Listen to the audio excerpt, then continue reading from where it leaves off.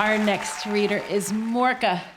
She does Pilates to stay strong, does yoga for her spirit, plays tennis so she can beat her husband, does African dance for her primal drum beat. She says she sings Russian romances for her soul and writes and performs her stories for the love of it. Mourka.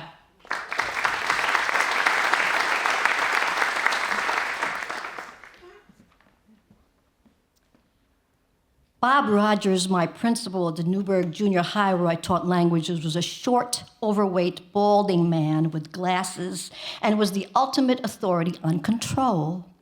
He had a nasal twang in his voice which escalated when he got angry. A good old boy. Similar type to the Orange Man in Washington. It was the beginning of a school year when Rogers reprimanded me for the third time for coming in late to work. For me, it was a tight commute from Rosendale. Up at 5:45 a.m., meditation, breakfast, get dressed, grab the soup, and leave the house at 6:25. Every day for 10 years, I made it on time. That is, assuming that there was no discrepancy between the school clocks and the world internet clocks. The beginning of this year, the school clocks were off 5 minutes. I raced into the school on time, but the clock always showed me 5 minutes late. Rogers, standing by the sign-up sheet, looked like a turkey vulture skulking around looking for prey. This morning, he snatched the sign-in sheet away from me and screeched, "Meindorf, you're late again. That's it. I'm writing you up. I want to see you in my office." I should have said to go fuck himself a long time ago.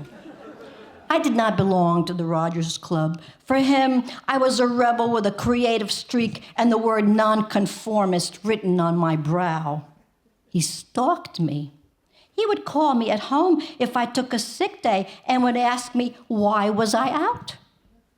"Take some medication and get in here," he would say. My classroom was always too loud because my students were having fun. One day, he reprimanded me for having students near my desk while we were playing a language game. He claimed security issues. Sometimes he sent mixed signals. A nasal vulture squawk came from him. "Nice legs, Meyendorf." That morning, he summoned up his whipping boys, 2 assistant principals, the school psychologist, and a guidance counselor. There they stood in front of Roger's clean, polished mahogany table, glaring. "You don't like how we do things around here? You can be fired for continuously coming in late. Why don't you move to Newburgh and make it easier for yourself?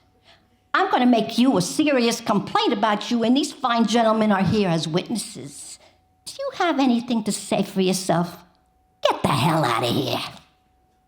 I stood up, walked out of the door into the hall, and flipped the bird in the direction of Rogers and his honchos. My good friend Henry, the black security guard who stood at the front entrance of the school, watched me. We cracked up, and I continued to my classroom where I was immediately told to return to Rogers' office. On the way back, Henry told me that someone picked up my bird on video and sent it to Rogers. "Did you flip me the middle finger, Meyendorf?" he says. "No, I did not." "Well, I have it here on video. You want to see it?" "No, I don't want to see it. If I wanted to flip you a bird, I would have done it right to your face, Bob. I flipped it to the situation."